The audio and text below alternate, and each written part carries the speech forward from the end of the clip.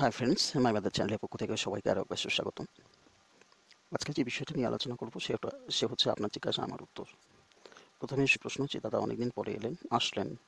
হ্যাঁ, সাধারণত এই প্রশ্ন পর্বটা এখন আর তাড়াতাড়ি নিয়ে আসি না, কারণ বর্তমান নিয়োগ প্রক্রিয়ার যে সমস্যা সেখানে দাঁড়িয়ে কি বলবো সেটা হচ্ছে একটা বড় প্রশ্ন। তো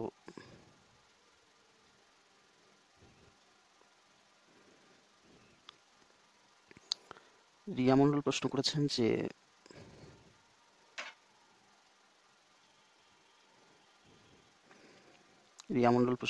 স্যার 2020-তে কি নতুন এসএসসি এক্সামের নোটিফিকেশন বেরোবে?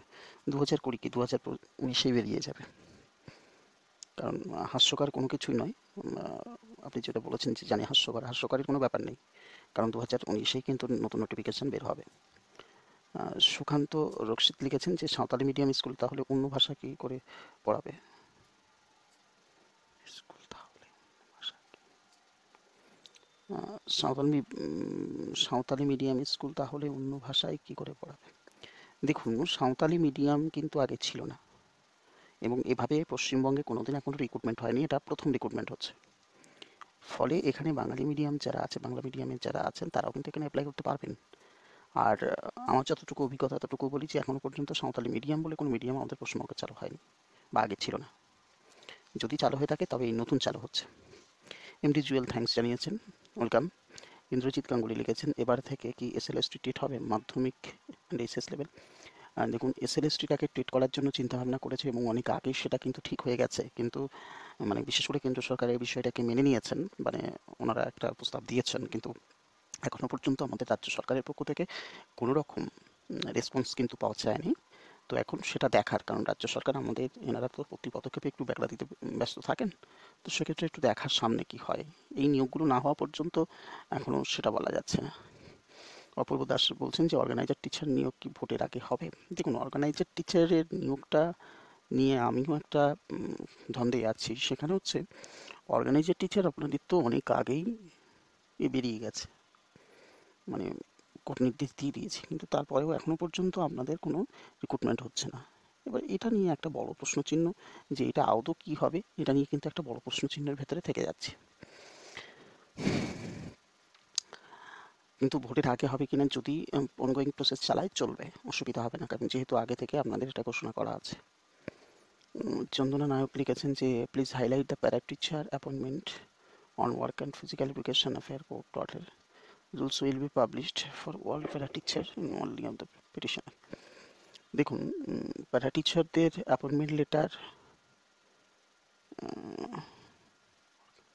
আপনাদের প্যারা টিচার যারা ছিলেন তাদের আপনাদের কেসের জন্য 10% আপনাদের বাদ ছিল। তো সেক্ষেত্রে আপনাদের কি হয়েছে সেটা তো এখনো পর্যন্ত জানা যায়নি, কিন্তু যারা অ্যাপয়েন্টমেন্ট পাওয়ার জন্য ওয়েট করছিলেন,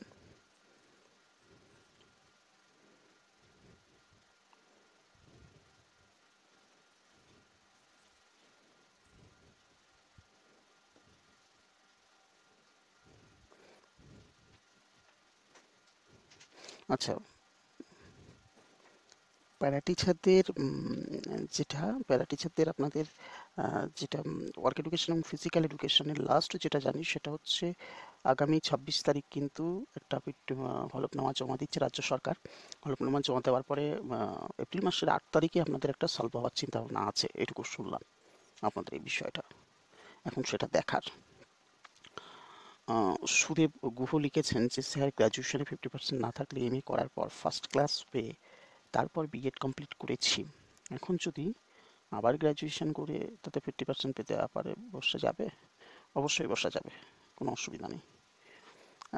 সোমেন হালদার লিখেছেন MSK teacher pure science trend, third phase call পাবো? আমি একজন এসসি ক্যান্ডিডেট। আমি একটু বলি যে আপনার থার্ড ফেজে কল পাবেন কিনা এটা এখন বলা খুব মুশকিল, যেহেতু এখন যে প্রবলেমগুলো একের পর হচ্ছে আপনারা জানেনও, সেখানে কোনো কাট অফ টেকেনি, এবং সেখানে আমি যে কাট অফগুলোর কথা বলেছিলাম যে আপনারা ডাক পাবেন, তারাও ডাক পায়। ফলে এখন এই সম্পর্কে ক্লিয়ার করে বলার মতো মানে বলাই হচ্ছে কি বলা যায় যে খুব মুশকিল, এটাই। গণেশ বারুই লিখেছেন সরি, গণেশ বাউরি লিখেছেন যে আপারের থার্ড ফেজ হবে, আপডেট সিট নিয়ে কোনো নিউজ আছে প্লিজ জানাবেন। আপারের থার্ড ফেজ হবে এটা কনফার্ম, কিন্তু আপডেট সিট হবে কিনা এটা নিয়ে বড় প্রশ্ন। এখনো পর্যন্ত ওরকম কোনো গল্প আমি শুনিনি। প্রিয়াঙ্কা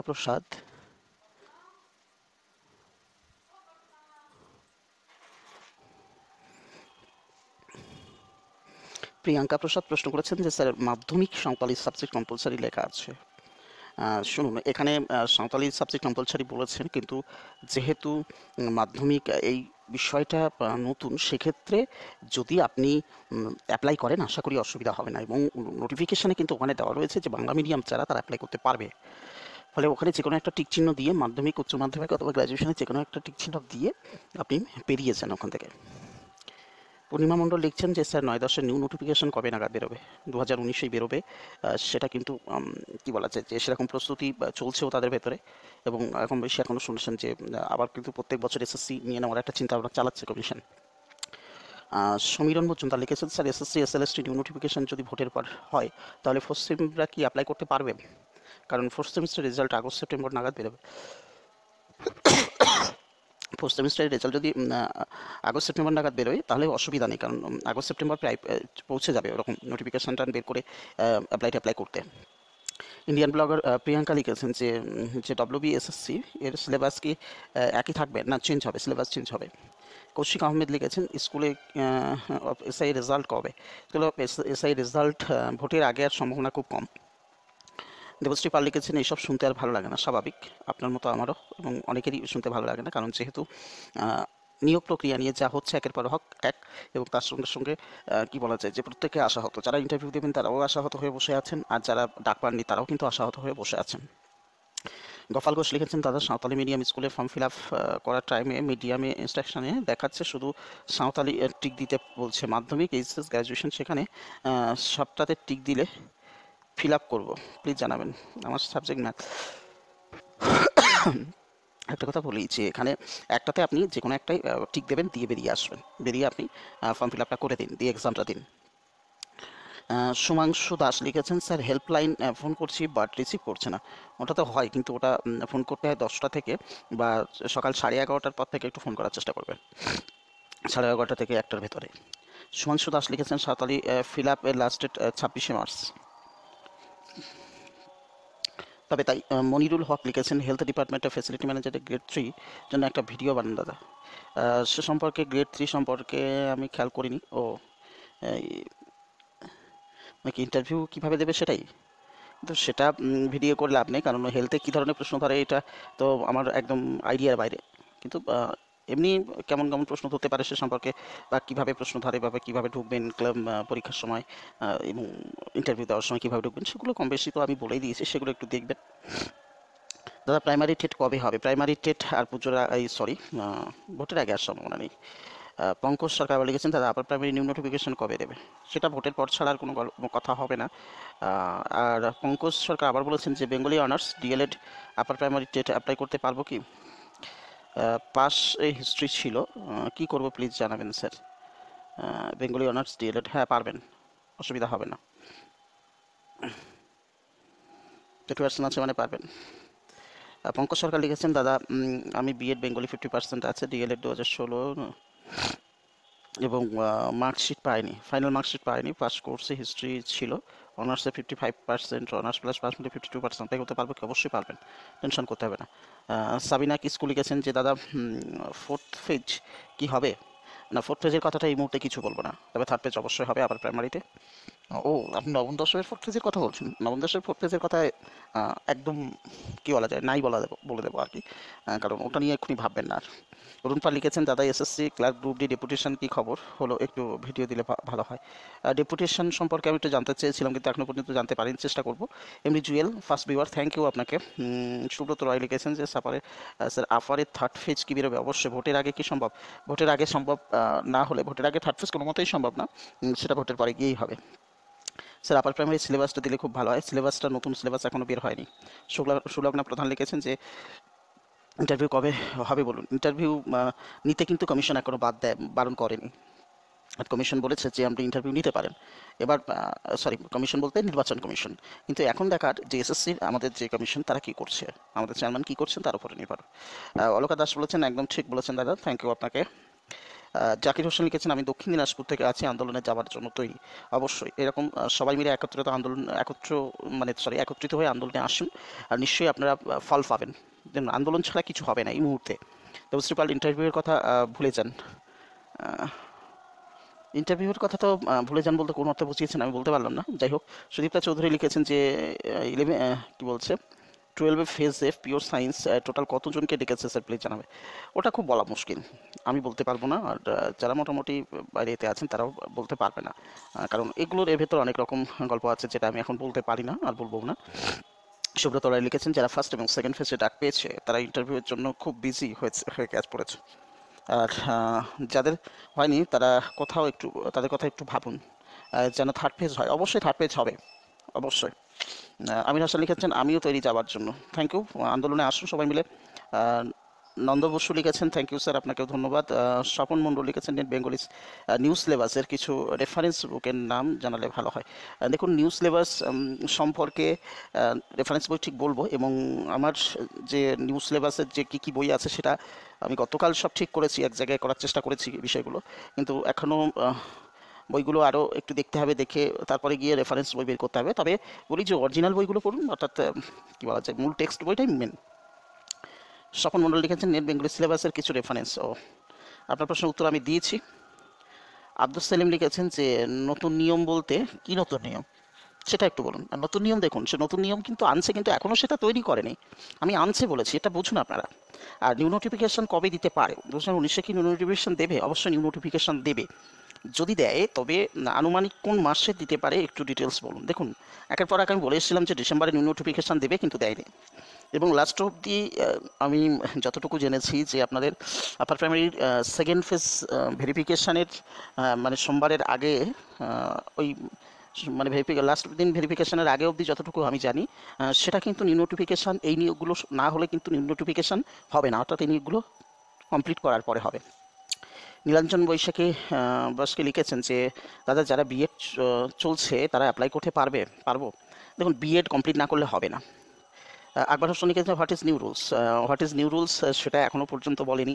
তারা নিয়ম নিয়ে আসছে নতুন করে, সেটা কিন্তু এখনও বলেনি তারা। প্রসেনজিৎ বসাক একই প্রশ্ন করেছেন, আমার উত্তরটাও একই। শুভঙ্কর প্রধান লিখেছেন, গ্র্যাজুয়েশনে 50% নেই, বাট এইচএসে 50% আছে অ্যান্ড ডিএলএড আছে, তাহলে আপার প্রাইমারি দিতে পারবো। দেখুন, গ্র্যাজুয়েশনে কিন্তু 50% মাস্ট চেয়েছে, এবং সেক্ষেত্রে আপনি যদি জেনারেল ক্যান্ডিডেট হন সেক্ষেত্রে আপনার 50% লাগবেই, কিন্তু যদি আপনি এসসি ক্যান্ডিডেট হন তাহলে 45%-এ হয়ে যাবে। এটা বড় প্রশ্ন। আরেকটা কথা হচ্ছে যে আপনার 2010-এর আগে যদি গ্র্যাজুয়েশন থাকে সেক্ষেত্রে একটা ছাড় পেতে পারেন। এই বাবলু মিস্ত্রি লিখেছেন, হোয়াট ইজ নিউ রুলস। আমার উত্তর আমি দিয়ে দিয়েছি, একটু জেনে নেবেন। তারপর হচ্ছে অমিত চক্রবর্তী, নতুন নিয়মটা কি ডব্লিউবিসিএসসি হতে হবে তা বিস্তারিত জানালে ভালো হয়। সেটা এখনও পর্যন্ত ওরা দেয়নি, নতুন নিয়মটা আমি নিশ্চয়ই জানাবো।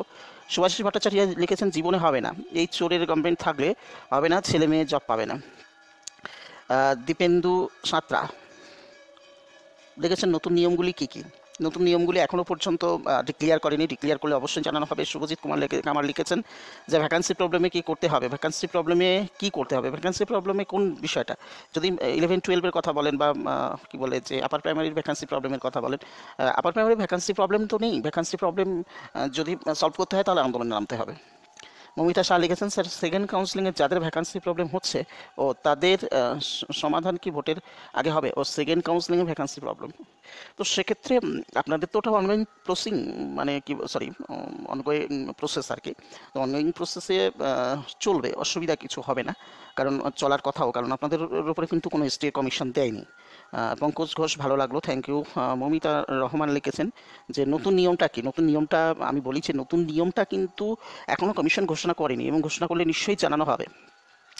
শান্তনু দাস লিখেছেন, BA 49, বাট 50% উইথ বিএড আছে, MA-তে 50% উইথ বিএড আছে, কোন ক্লাসের জন্য এলিজেবল?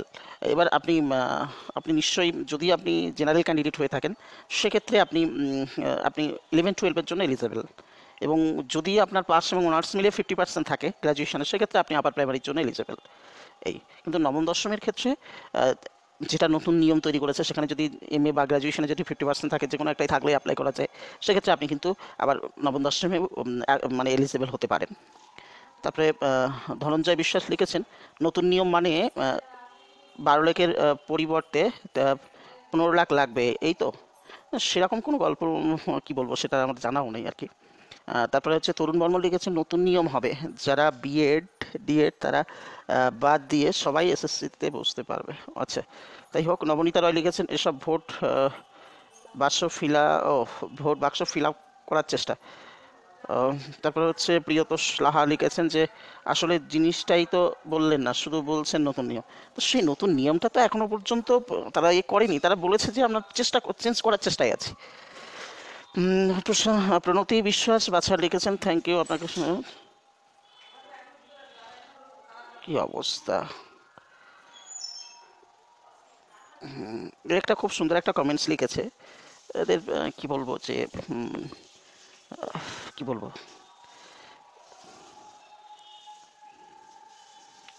এদের হচ্ছে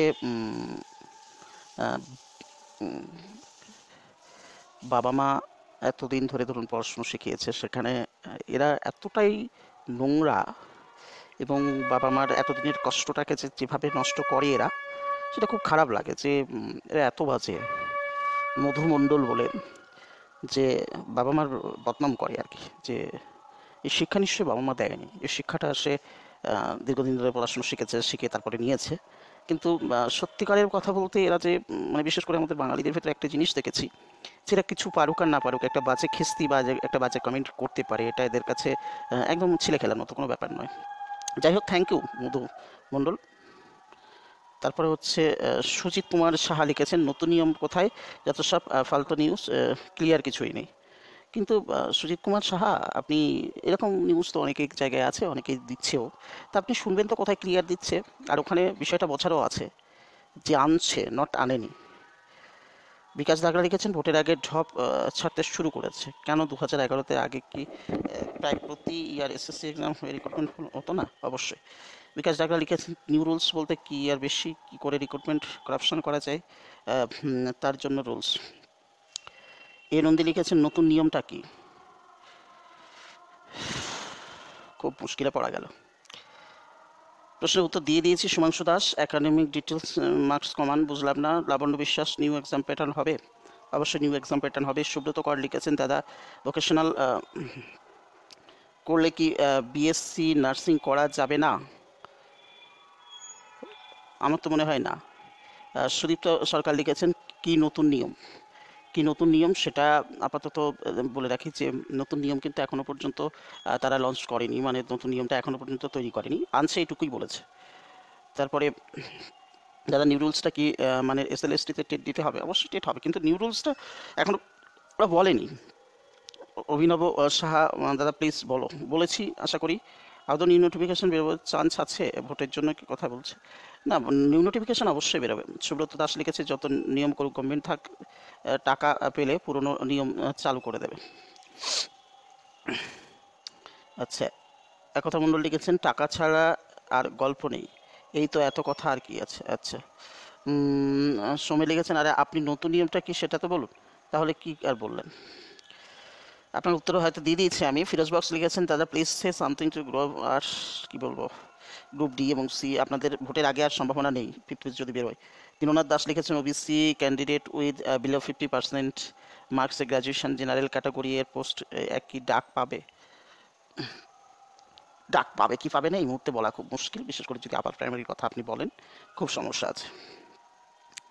সুভাষিস ইন্দ্র লিখেছেন নেকা নেকা ব্যাপারটা প্রতি বছর নিয়মিত হওয়া এসএসসি সিস্টেমটাকে নিজেরাই ধ্বংস করে এখন ফলাও করে আচ্ছা নতুন নিয়ম চালু করা হবে, সেটা তো স্বাভাবিক, কম বেশি সবাই জানেও।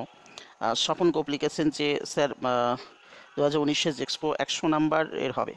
হ্যাঁ, এটা তো 100 নাম্বার হবে। এইটা ব্যাপারটা হচ্ছে যে এই ভিডিওটা যখন তৈরি করেছি তখন 2019-এর যে নিউ রুলস সেটা তখন বের হয়নি, তার আগে আমি এটা পোস্ট করেছি, ফলে এখানে একটু ভুল তথ্য আছে, যেটা নতুন করে এক্সপোতে 100 নাম্বার পরীক্ষা হবে, তো সেক্ষেত্রে ওইটাকে একটু সংশোধন করতে হবে, প্রয়োজনে নতুন একটা ভিডিও আমাকে তৈরি করতে হবে। বাপি রয় লিখেছেন নতুন নিয়মটা কি, নতুন নিয়মের বিষয়টা আমি বলেছি। নাসরিন ইসলাম লিখেছেন স্যালুট যিনারা এই এত পরীক্ষা কি প্রতীক প্রাকৃতিক বিপর্যয়ের মধ্যে নিজেদের অধিকারের জন্য লড়াই চালিয়ে যাচ্ছে। অ্যান্ড প্রাউড অ্যান্ড কি মন্দাক্রান্ত দেবী who support them when our CM has no word to explain। অবশ্যই সেটা কি বলবো আর, সবাই বুঝতেই পারছেন। তারপর হচ্ছে কুন্তলা পাত্র লিখেছেন যে স্যার থার্ড পেজ কবে বের হবে? ভোটের পরে গিয়ে বের হবে। নতুন নিয়মটা কি সেটা তো বলতে হবে। নতুন নিয়মটার কথা যেটা, সেটা আমি আবারও বলছি যে নতুন নিয়ম এখন ওরা বের করেনি, নতুন নিয়মটা আনছে। পঙ্কজ সরকার, আপনার প্রশ্নের উত্তর আমি দিয়ে দিয়েছি। ফিরোজ বক্স লিখেছেন দাদা ফিফথ পেজ কি হলো গ্রুপ সিডির? ওটা ভোটের পরে গিয়ে শ্রেয়া চক্রবর্তী ধিক্কার জানানোর লাভ নেই, মোটা চামড়া এদের। এইসব কোনো নিউজ চ্যানেলেও দেখায় না, বাট মিমি নুসরতের ডায়েট চার্ট নিয়ে ব্যস্ত। অবশ্য মিমি নুসরতের যে diet chart, sorry diet chart যেটা আছে সেটা যদি না জানা হয় বা যদি মানুষকে না জানানো হয়, তাহলে তো মানুষের ঘুম হবে না বলে মনে হয় ওদের কাছে। ওরা সেটা জানাতে পারে এবং ওরা খুব সুন্দর করে সেটা ফলো করে বলতে পারে, খুব সুন্দর করে। যখন পেপারগুলো পড়বেন কত গুছিয়ে লেখে ওরা। কৃত্তিবাস মাহাতো লিখেছেন। আর এবং সব সেই সময় না আমাদের এই যে যারা এত সুন্দর সুন্দর কমেন্টস করে, বাবা মার পড়াশুনো মানে বাবা মার পয়সা খরচ করে এত সুন্দর সুন্দর মুখের ভাষা তারা তৈরি করেছে, তখন এরা কোথায় থাকে কি জানি। এদের মানে মাঝে মাঝে মনে হয় যে আমি কিছু বলি না, কিন্তু মাঝে মাঝে এরকমই মনে হয় যে ঠিক কমেন্টস যখন করেছে নিশ্চয়ই আমি তার ইমেল খুঁজে বের করে তাকেও খুঁজে বের করতে পারি। অন্তত এই শিক্ষাটা দেওয়ার ইচ্ছাও আছে, কোনো একদিন চেষ্টা করব কাউকে না কাউকে, যে কাউকে কোনোদিন কোনো কিছু কমেন্টস করতে গেলে অন্তত ভেবে করতে হয় অ্যাটলিস্ট, যে কাকে করছি এবং কেন করছি। খোকন বর্মন লিখেছেন বেঙ্গলি সাবজেক্টের ক্ষেত্রে পেপার 1 নিয়ে একটু আলোচনা করবেন প্লিজ। চেষ্টা করব আমি। তো যাই হোক, আজকে ছিল এই পর্যন্ত।